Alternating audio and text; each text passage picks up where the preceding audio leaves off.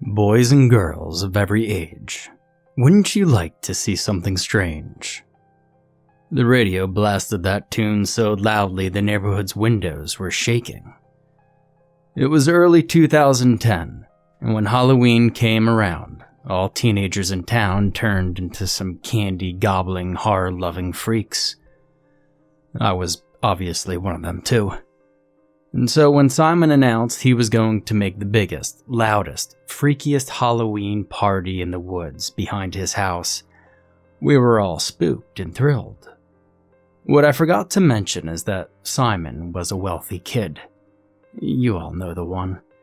Always wear the most expensive hoodies, the trendiest shoes, and he always was the first one in town to get the latest piece of technology. So, we were all pretty excited about his party announcement. He held a few parties before, and everyone who didn't get a chance to be invited or couldn't make it were pretty much pariah by now.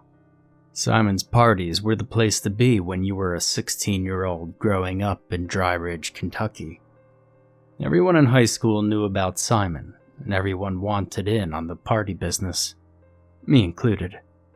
The last party I'd gone to was when his parents went to Monaco for a couple of weeks, and I remember us doing the biggest hot box in the indoor garden area of his home. I live about 3 streets down from him, and it took me all of 2 hours to get home at the end of that night. Fortunately for me, my parents are pretty cool. I can go out whenever I want, come back as late as I want. It's probably due to the fact that our criminal rate here is really low. We had a few home invasions, and the local grocery store got their fair share of holdups. But outside of that, it was pretty calm. Kids are not exactly in danger here. So when I hit 15, I pretty much was given consent to do whatever the heck I wanted to, as long as it didn't impact my grades. And of course, I was born a genius, so my grades weren't going to be affected no matter what. Well, alright, maybe not a genius, I was just good in school, I guess. Anyway, here I was, walking down the neighborhood with approximately, 12 or 13 other kids, blasting the Nightmare Before Christmas soundtrack and some Marilyn Manson. We were all disguised, obviously, it was Halloween. Some costumes were pretty fucking rad if you asked me. Mine was just a simple Halloween mask with ketchup stains, a black t-shirt that said Nightmare on Elm Street, and a pair of black jeans. I was Freyson, if somebody asked, or Jetty. Thankfully, nobody asked. But let's not forget about my favorite part of Halloween. The girls, obviously. When you're 16 years old and you've got something to flaunt, you flaunt it on Halloween because come Sunday, you're the lovely neighborhood church girl. Now, I'd never seen a slutty demon nurse Joy before Halloween, but Sasha really pulled the look off with that cute pastel dress, blood-soaked knee-high socks, 3 tons of mascara and bloody tears streaking down her face. She was the perfect mix of absolutely creepy, sexy, and lovely. But never mind her. There was also a sexy cat, sexy construction worker, and a sexy librarian. Well, I think that's what she was, at least. The less cute ones opted for witches and vampire costumes, but all in all, everyone seemed to be having fun. Girls always went the extra mile on Halloween, but most guys' costumes were pretty ordinary. I wasn't the worst one of the lot, I assure you. Some guy came in wearing a shirt that said, werewolf with the check mark next to it. And that was his costume. There was one guy that went over the top, though. Creepy leather-face mask, with a Hannibal Lecter contraption encasing the lower half of his face. You could see the bolts and the rust that was eating through it. The way the mask was made also seemed to make believe his whole jaw had been replaced with rusted metal. His lips were all but torn and gone, revealing rusted nails and screws in lieu of his teeth. The mask went all the way around his head, and only a few scarce holes on the surface let a few wild brown strands of hair out of it. His clothes looked like they'd been dragged through the mud, sweat and piss before drying. And when he moved, there was a scratchy noise coming from his pants, like sandpaper rubbing against sandpaper. I was sure that if I touched his rags, I would probably get a nasty infection. The guy reeked and looked of infection. He would have won the creepiest costume award in an instant, had there been a contest. Even the girls were giving him shifty eyes and stayed away from him. Also, considering the thickness and the rigidity of his clothes, it was hard to say who it was. We all assumed it was Jay, mostly because he's the one who hadn't joined us yet. And when praised about his costume, he didn't deny or admit to the identity we gave him. We were a little spooked, but we supposed it was Halloween, and Jay was doing the whole serial killer vibe in good fun. I eventually stopped looking at him because Nurse Joy was stealing my attention. Didn't even notice he was gone until later. We finally reached Simon's house and followed the trail that went to the spot in the woods. There were a lot of fake spider webs and huge dollar store decorations, but it definitely set the mood to party wild. Even the guy holding the radio was screaming over his loud Slipknot tune. Simon was waiting for us at the end of the trail, which was frankly longer than I expected. It was about 15 minutes deep into the woods behind his backyard. Once we arrived, we saw Simon standing in front of a couple of picnic tables. One was filled with bagged snacks such as chips and Cheetos, pretzels and the like, and the other table had little cans of cocoa and Sprite. And there was a cooler full of fruity beers, juice, vodka, and rum. We also had these little plastic cups too. It was actually pretty neat. The radio was settled on the snack table, and the music kept playing for a while. I looked around and talked with a few people, but realized quickly that Nurse Joy was gone. I didn't even think about Creepy Jay either. But I felt like our little group was just a little smaller than what it was when we walked down the trail. I mean, had people turned and left already? Before I could investigate around me for Nurse Joy, I was offered a joint, and who was I to deny? I took a deep drag and laughed with my friends, forgetting momentarily about those who might have left the party early. But then, Jay came back. Now, well, nobody really noticed at first, but he was just standing there.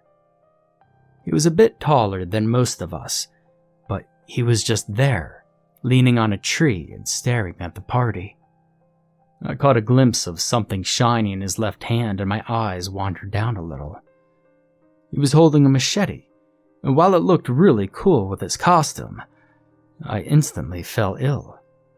My stomach churned and my anxiety level spiked at the sight of what definitely didn't look like ketchup coating it. Now I know some people who are pretty good at making fake blood out of cornstarch and corn syrup and red food coloring, but this didn't look like it. Even in the dark, the consistency of the coating on his machete blade made me feel deeply unsettled. I poked my nearest friend and pointed in the guy's direction. Unfortunately, said friend wasn't as observant, and he just said cool costume before resuming his drag on the spliff. I shook him again and pointed at the machete, as subtly as I could, because I didn't want to cause panic or raise suspicions. But maybe I was just getting high.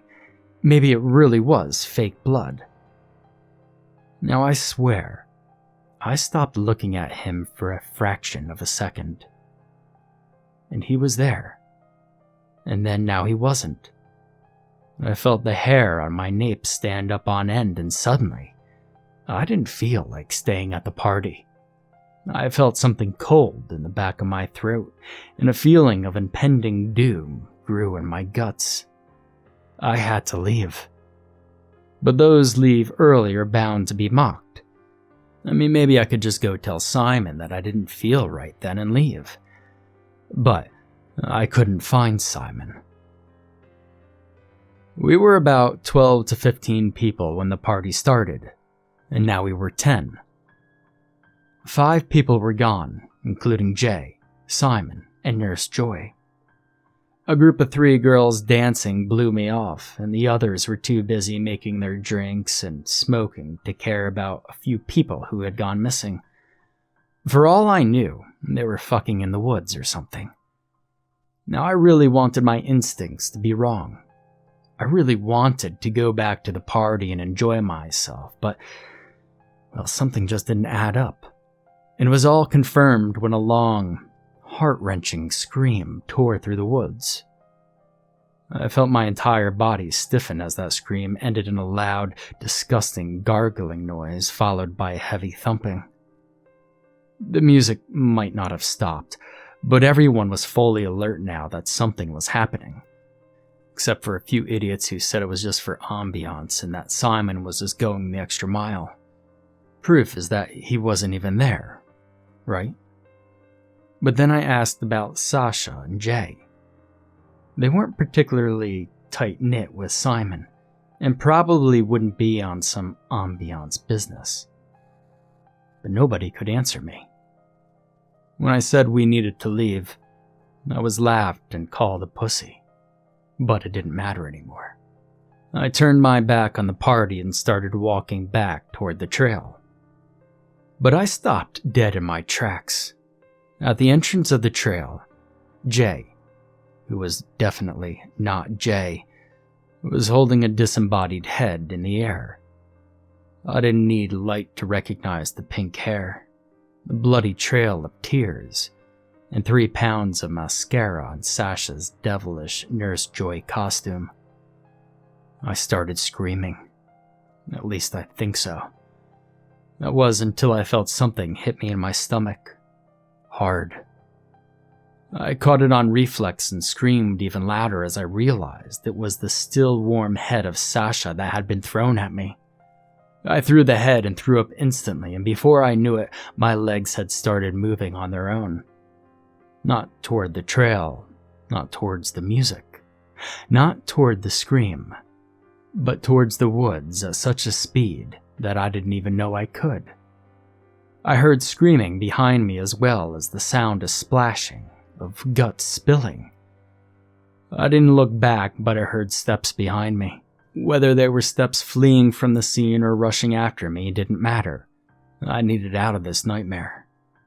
And as I kept running, I tripped and fell on my face.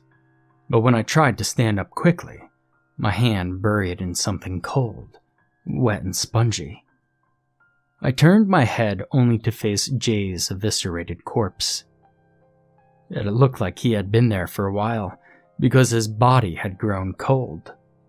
I felt my heart rise in my throat again as I stood up, and I'm pretty sure a mix of sweat and tears was rushing down my face as I kept running into the woods. The screams were growing distant, but not enough to my taste, and I could still hear steps from behind me. I was praying to all the gods up there and demons down there to not let my ass be slashed by some crazy Halloween psycho killer. But I was getting deeper into the woods, and honestly, I should have been worried about that a little more as well. My heart was beating so fast it felt like it was going to explode like 1,000 pieces of shredded muscle. I didn't know how long I've run, but I know that at some point, I heard a truck horn and rushed in the direction. I found myself on a stretch of highway outside of town, and I couldn't hear any steps coming from behind me anymore. But I was covered in blood and grime, sweat and tears, and my Freddy shirt had leaves stuck to it. I took off my hockey mask, which was covered in vomit, and threw it aside. My whole body was shaking and my nerves were making me jumpy. It was late, too, and there weren't many cars in sight at this hour in this small town of Dry Ridge, Kentucky. I spat and spat again to try and get rid of the taste of barf in my mouth, and I crossed the street so I wouldn't be on the same side as the killer. I kept myself low as I walked back into town and to my home.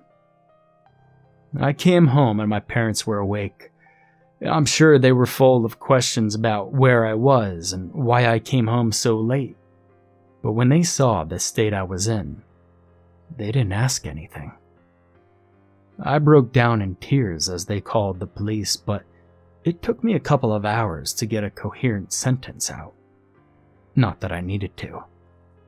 I wasn't the only survivor. They found another kid in the woods at dawn, hiding under a corpse. Another one made it back home but had a huge slash on her back that forced her to stay in the hospital for a few days. Adrenaline was probably the only thing that helped her make it back home. They found about 8 corpses in various states with limbs cut off and gashes that left them no chance of survival unless they had help in the few minutes following the attack. The screams probably also alerted the neighbors, even though we were 15 minutes into the woods. But nobody called. It was Halloween, and kids were bound to do some dumb shit. And who would have thought that a place like Dry Ridge, Kentucky, could be subjected to such violence anyway? It's been over 10 years and I still dream about it every night. I remember the feeling of my hand plunging into that corpse, of the weight of that head in my hands. I remember the smell of blood so strongly that the sight of even a single drop of it makes me sick nowadays. And even though I know the monster is locked up behind bars, I couldn't stay in the town after that. I forced my parents to move to a bigger city where the crime rate was higher. Because in the end, what the fuck does it matter? Small town, big town. There are monsters everywhere. You just have to be unlucky enough to meet one.